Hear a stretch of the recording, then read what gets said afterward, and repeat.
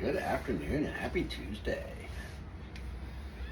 So, I've had a lot of people, let's see, May will be 5 months that I haven't worked, right? I got my hair cut today too for all those people that knew. If you look at one of my videos from the other day or look at my thing, I have friggin' curls growing out. So, got my back to look going on in case I get a job. But I've done this for 43 years. I was a technician on Anna Marie Island for 43 years. And loved what I did. Loved the clients. Really passionate about the way we took care of our people that came in. And so it was a challenge for me because when I said I was going to retire, it wasn't so much the age or the tired of doing it. It was, we had a bunch of hurricanes last year and watched a lot of people lose all their stuff. And it was an emotional roller coaster for me. It was more of a personal mental thing and I needed a timeout. So rather than telling the boss I can't do this anymore, I'm gonna quit, I'm just like, I'm gonna retire. I'm old enough, I can get away with that. So I'm just like, I figured it would let them down easier. So I said I'm gonna retire. So gave them some dates. Thought it would end a little differently than it did. Ended a little quicker, came a little quicker, and that's fine. That's awesome. May it be my 5th month of being retired, or practicing retirement. But it's been a challenge, and I've had people come up and they want to talk to me about it, and they go, "Hey, I want to have you on a podcast. I want to know what it's like doing this and doing that." Probably if it would have went a little different way, it probably would have been different. But their goals were one thing, and my goals were something, and it just didn't mesh. So when it doesn't mesh, sometimes it's time to move on. But I love what I did. I took care of clients. I took care of clients as parents, and I took care of clients as kids. And, I had a really good run of a really good career in a small community that everybody knew everybody. I was very blessed for that. Very blessed for that. But some of the things I'm going to talk about is, what about when you bring these home? You see there's bikes hanging over them now. They are cleaned up. They are organized. There's a carburetor here. Jesus Christ. Back from the 1900s. What does this thing do? Shit. How's it work? You give this to a new tech coming and go. How's this carburetor work? It's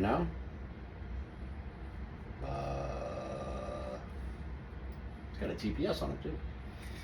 So, what happens to these when they come home? What happens to this? And this?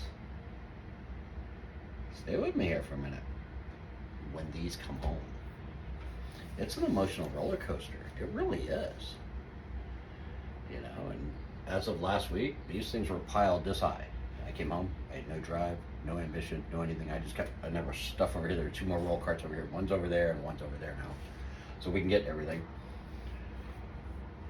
These got hung up yesterday. I can still get in all my toolboxes, but they got hung up because there's 4 or 5 bikes in the garage and we ride 2. I'm like, I couldn't get to my freezer. So I'm like, all right, let me see if I can move these around. We don't really ride these anymore.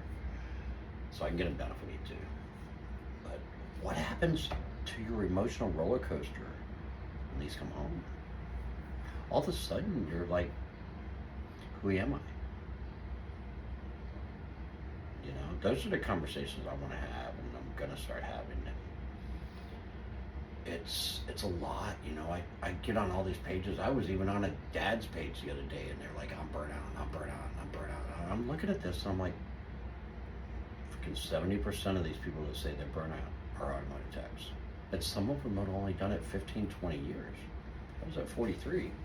I still love what I did. I'd still be working if things didn't go the way they did.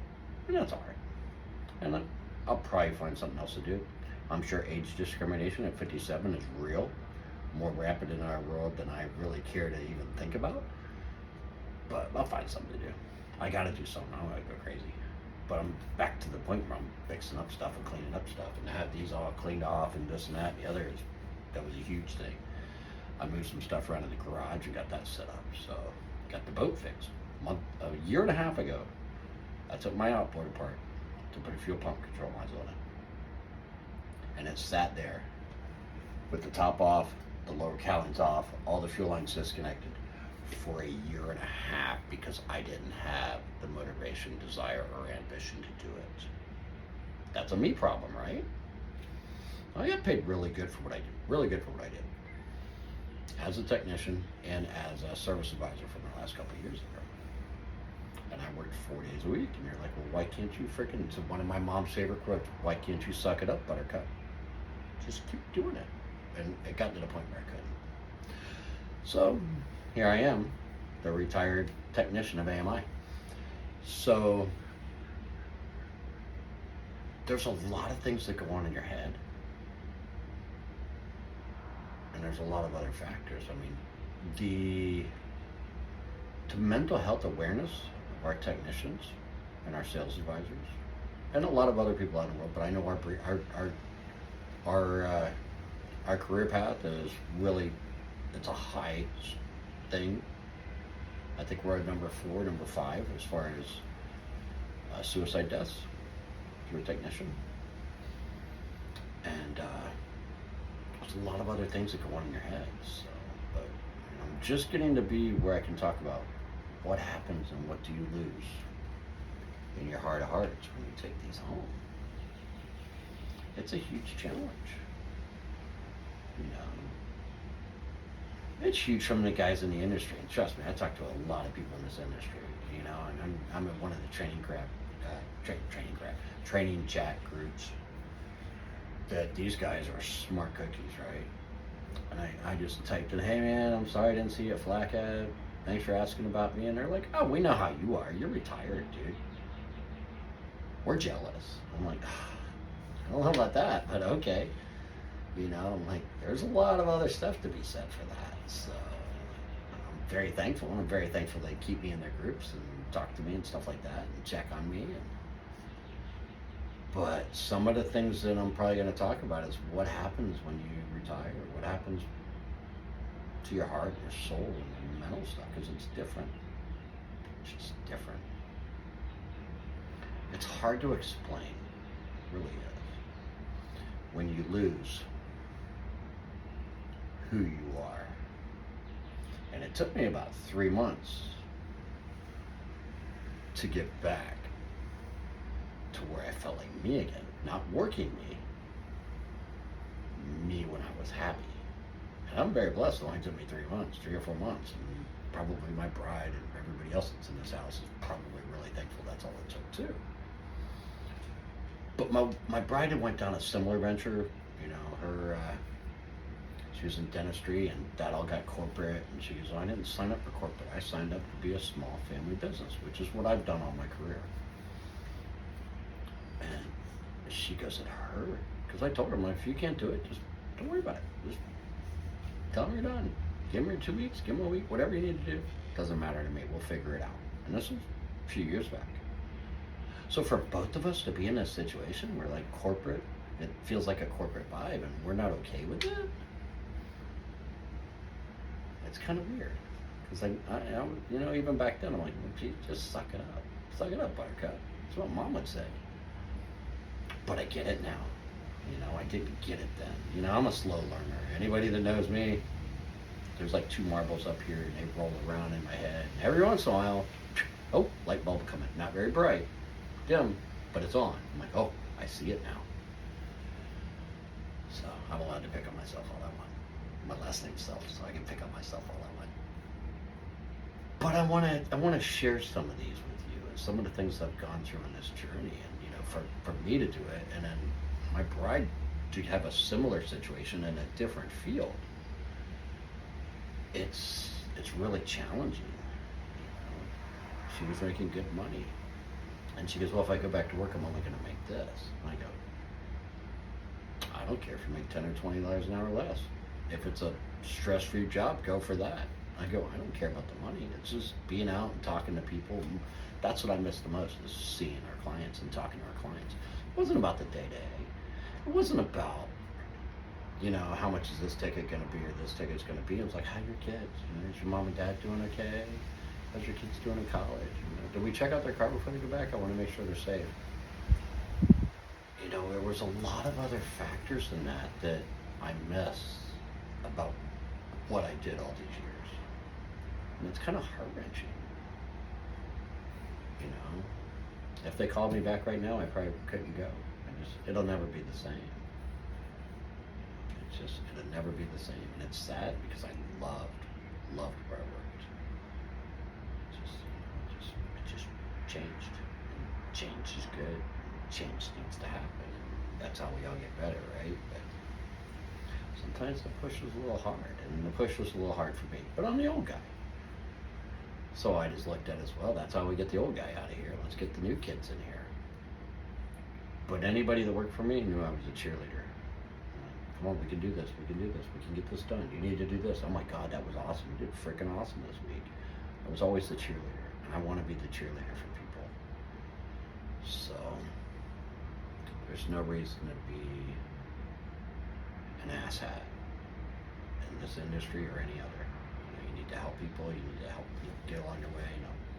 Sure, we can all have a little fun, but there's no fun at somebody else's expense, in my part.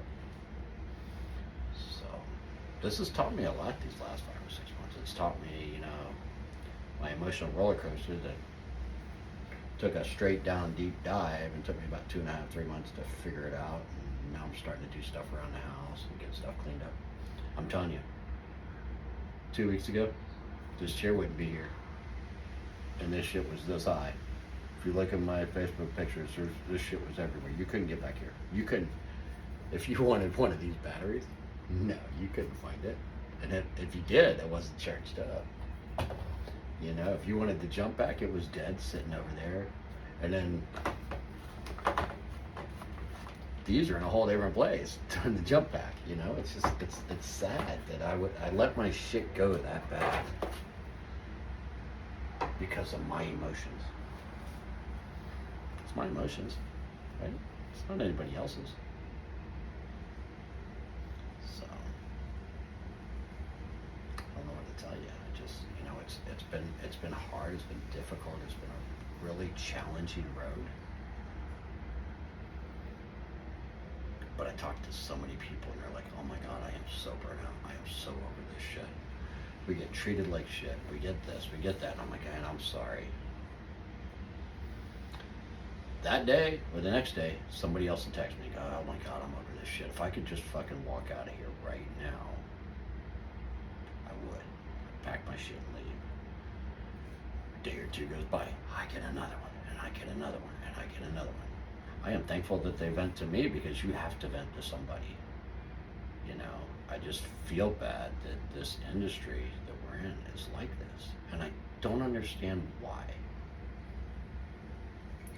You know, we've had conversations in groups about the front of the house and the back of the house, and the technicians not respecting the certain sales advisors. And I think it was Lucas Underwood that did this and did a great job explaining it. But I truly don't think there's a team anymore out there. You know, I love the team I had, and we all respected each other, and we all got it done. But I don't think on the whole that every shop has that. And it breaks my heart, you know. Why should I help you? I'm not getting hours for that, you know. And some people pay flat rate, some people pay hourly, some people pay hourly with incentive. But it's not all about the pay. Yes, the pay is great at times if you're in the right shop. Yes, the insurance and the time off is, you know, I was working 4 days a week. I fucking couldn't handle 4 days a week making good money. What's wrong with myself?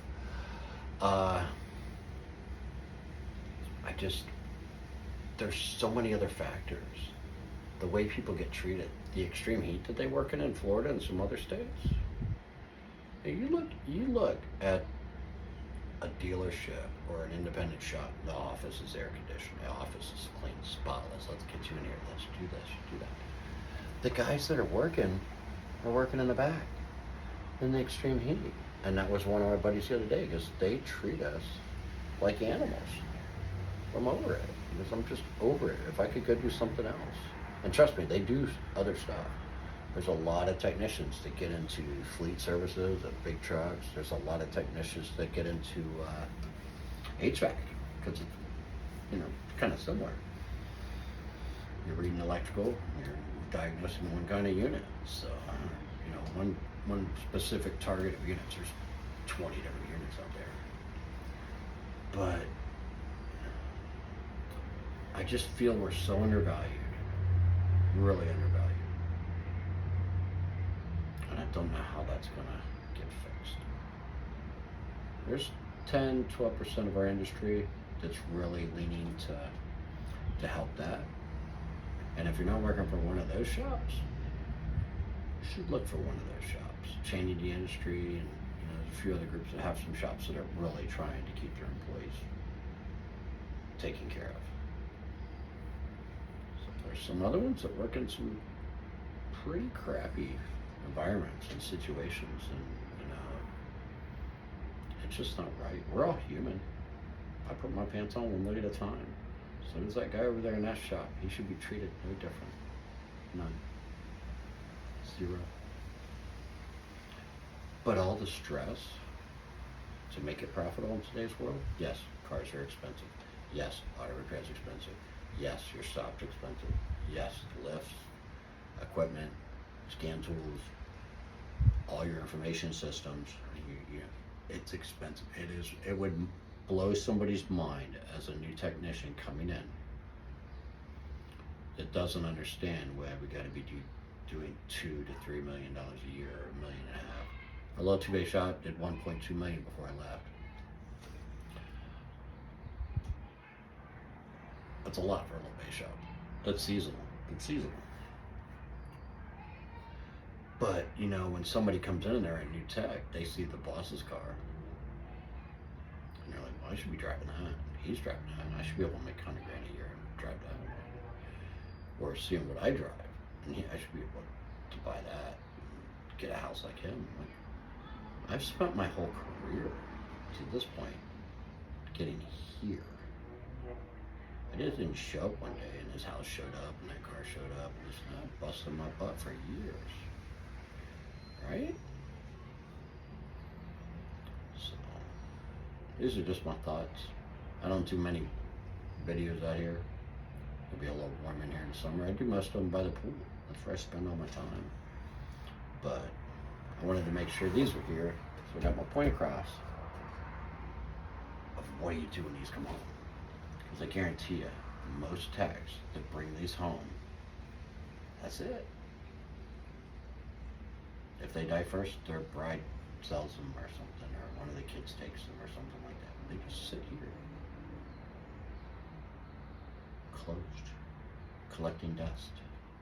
Not all of you, but a lot of you. And I'm like, so what's my next point on my journey? What's that gonna be? That's where I'm at right now. And there's some things I'm working on. First I had to work on me before I could work on those things. So I've gotten that pretty well down. So there's a lot of y'all out there. I would love to hear some comments about what do you do when these came home? What did you do when you got so burnt out? Let's talk about it. Let's have some conversations. I would love to have some conversations with somebody about what do you do when you're burnt out. I've had to give advice to people about what they should do because they are burnt out of running a business. Several people. And I go, you need to try this, you need to dig deep, you need to find this, you need to do X, you need to do Z, you need to do Y. But I've been there. I've had 2 shops. I don't want a shop. But I love this. So I don't know what I'm gonna do. I'm 57. Still in great shape. Still love working on cars. But even more than that, I love talking to people and, building a relationship with them. It's not about their car today. It's not about their car next month. It's about, I want to know that you're gonna be here. We're gonna be here for each other a long time. Right? I got your back, you got mine.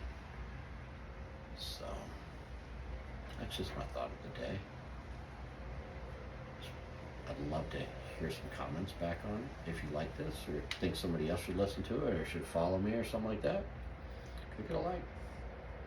Subscribe. Let me know. I've only got like 1 subscriber. I'm just starting out on this journey, so.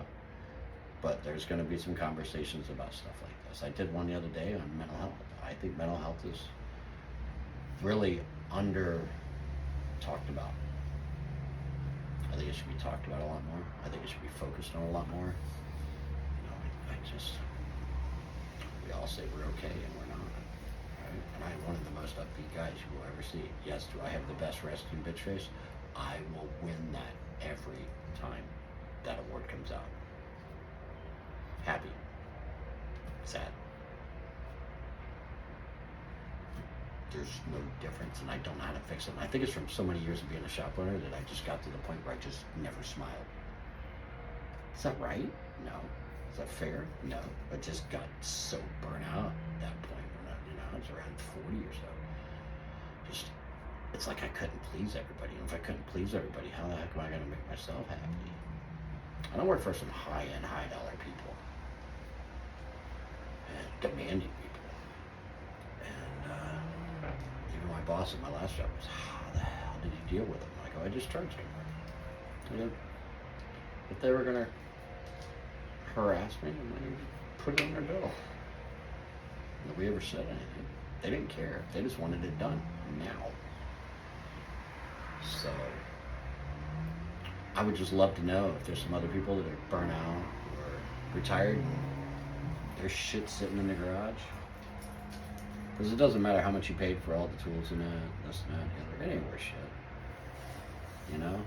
I had one friend who was really cool. He took all his toolbox after toolbox and put them on a truck and sent them to, I believe it was Africa, to help a technician over there that he had met through some of the training classes and stuff like that. And that was life-changing for that kid because there's stuff that they would have never got. He goes, I'm retired. What am I going to do with it? It's not worth anything. But to that kid just got mailed gold. Gold, like, you know. So, but let me know. If you like this, like it, subscribe. If you want to talk about something, let me know. Alright? Thanks, and happy Tuesday, and I'll probably see you later in a quick video on Facebook or something. I'm out. Thanks. Bye.